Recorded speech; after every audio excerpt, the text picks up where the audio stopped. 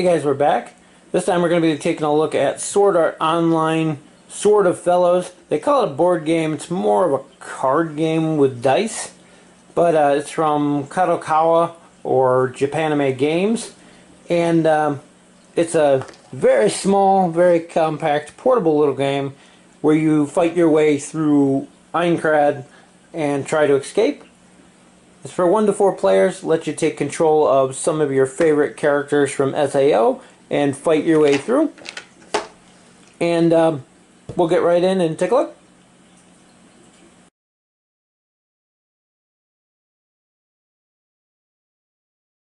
So the first thing to note is how absolutely tiny this is. I was expecting it to be a little bit bigger. I know it's a card game, but it's nice that they put it in such a small box. I mean, you can see on my hand there. And the only downside is that because the box is so small, it feels a little lacking in some of the components I wish there were more of. We'll get to that in a minute, but it's nice and portable, which is a good thing, so you can take it with you and play wherever. First off, we have our manual, and it's kind of a fold-out flyer here.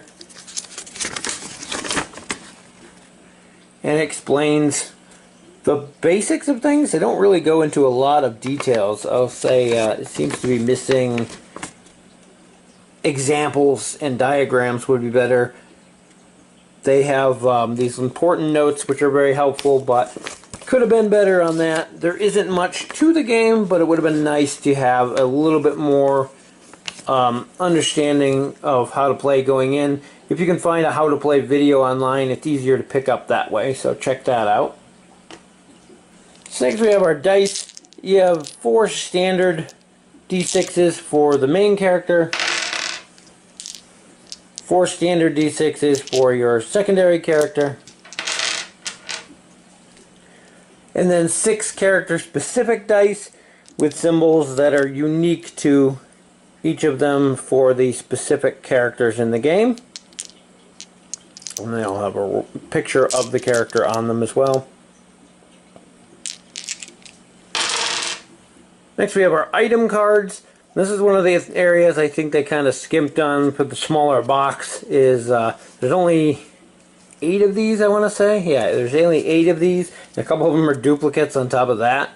And these are various items that you can find along the way that are going to help you out.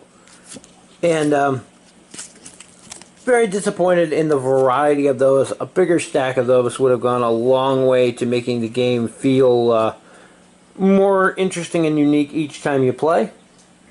Next we have our character cards, and they're all characters from the show that you will recognize, or should if you're a fan of the show, all from first half of season 1. I think they've all been around the whole time, but this whole game takes place in that first half of season 1. And then you have your HP for your level up here, your abilities right there, and then these are different skills that you can pull off as you level up. On the back there's a little description of the character, talks about your special ability, and then your different skills down here. But you have 6 different characters to choose from. But one of the downsides that I think is that you always have to have Kirito, which is fine. It's thematic for the show, but I like to be able to pick and choose, which we'll probably end up doing anyway, just in our own games for fun. Next we actually have the map cards, which are going to build the map that you're going to be playing on. There's only one final scenario, which is kind of a thematic for the anime, but boring for the game, is that you always know what's coming. For the other parts, you have to build the whole map of Aincrad by putting these together on the table. There's a couple different ones for each one, so you're going to have some variety in what comes up at each section of the map. So we have a big handful of tokens. Most of them are these 1 to 2 or 5 and 10 damage markers. You have our ability tokens, and then a handful of various tokens for specific characters, as well as a blank one. I almost forgot when talking about the equipment cards. We also have one support card, which is Yui. And that's a quick look at everything that comes in the game. As I said, because the box is so small, it feels like they really skimped on what's in it. It's still a fun, playable game, but I don't know how much replayability it's going to have. You have a variety of characters, so it's always Kirito plus one other, so each time you can pick a different person to bring with you, which will add a little bit more variety. There's 3 of each of the lower, middle, and upper sections of Aincrad, so that'll give you multiple. You draw a random one of those. For each, you have to pass one of each to get to the boss, and then there's only the one final boss. Would have been nice to see more variety, more cards, maybe 10 events in each of these decks, and 2 or 3 final boss options. Wouldn't have been as thematic to the show. I could understand the one final boss, but I definitely would have loved to see more variety in the sections leading up to that. It just feels like something that's going to hurt the replayability of the game for future times, as once you know and have beaten and defeated all 3 encounters, you kind of know what to expect and you know what's coming. Again, with the equipment, a little bit more variety would have been nicer, would have made it feel more unique each time you play. They picked some iconic things from the show for the game to fit in there, so they feel thematic. They just would have been nice to be more. Selection of characters is nice.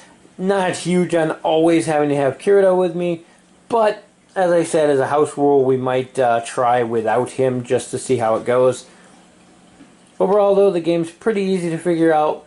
You're basically trying to trigger off your various abilities on here. If you can manage to use all of your dice when you do so, you do a switch, and the boss doesn't even get, or whatever you're fighting, doesn't even get to counterattack. It goes back to the player turn again, which is really cool. So you can kind of chain your abilities together and make these huge super combos. There is a section in the back of the rulebook that gives you some optional things to increase difficulty and whatnot. You can also, plenty of custom variants I can see people making for this. You do need to keep in mind that if any of the characters die, then the players lose the game. So if you're playing with multiple people, you have to pick and choose who you want to take with you each time to make sure that nobody dies on you, and you can kind of rotate through health. If you're only playing with 2 players, it makes it a lot more difficult because you have to take those 2 people each time, so you really need to pay attention to your health. Overall, it's a fun game, fits the theme well for your first couple playthroughs. I don't know how it's going to last. The longevity of the game is really up in the air. If you have some big fans of the anime, you're definitely going to get more out of this than anybody who's either a mediocre fan or just has heard of it but doesn't know much about it. The game itself is pretty straightforward, so anybody can pick it up and play even without prior knowledge, but you're going to get a lot more out of it by the interactions of the various bosses and things that come up, and the equipment and stuff is really aimed more towards fans of the series. Again, I like the game. I just wish there was more to it. It's small, it's portable, it's definitely something you can throw in your pocket and you can take with you wherever you go. It's a quick time waster. Just don't expect it to have a huge shelf life unless there's some more expansions with some more stuff. Maybe there's a possibility they'll take the theme and everything and go to Gun Gale Online or Elfheim Online in the future. But for right now, as it stands, SAO Sword of Fellows is a okay base game. Have a little bit of fun with your friends, then move on to something else. That's about the most fair thing I can say about it. We did enjoy playing. It was fun. It was really neat to see some of the encounters come up and go, oh, I remember that, and things like that. The luck fest of the rolling the dice and going, oh, I just missed what I needed to do, and now we're going to get screwed and get trampled, and bad things happen. There, you can come back, but there's a lot of little things like that in the proper group of people. You're going to have a blast playing it and acting out your roles of the characters, because you know nobody can play one of the characters without at least making a quote or a reference or something to them from the show. And that all, it adds to the game itself.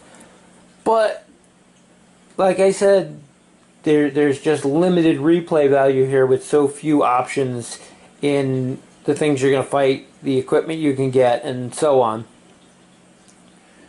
So the game's cheap enough, though. If you're a fan, I would definitely pick it up. It's worth playing through a couple times just to have fun with. If you're on the fence about it, maybe wait, play somebody else's, and that's pretty much all you're going to need out of it. Anyway, I hope that helps you guys decide if it's something that's for you. That's going to wrap it up for our look at Sword Art Online Sword of Fellows. As always, thank you for watching, and we'll see you in the next video.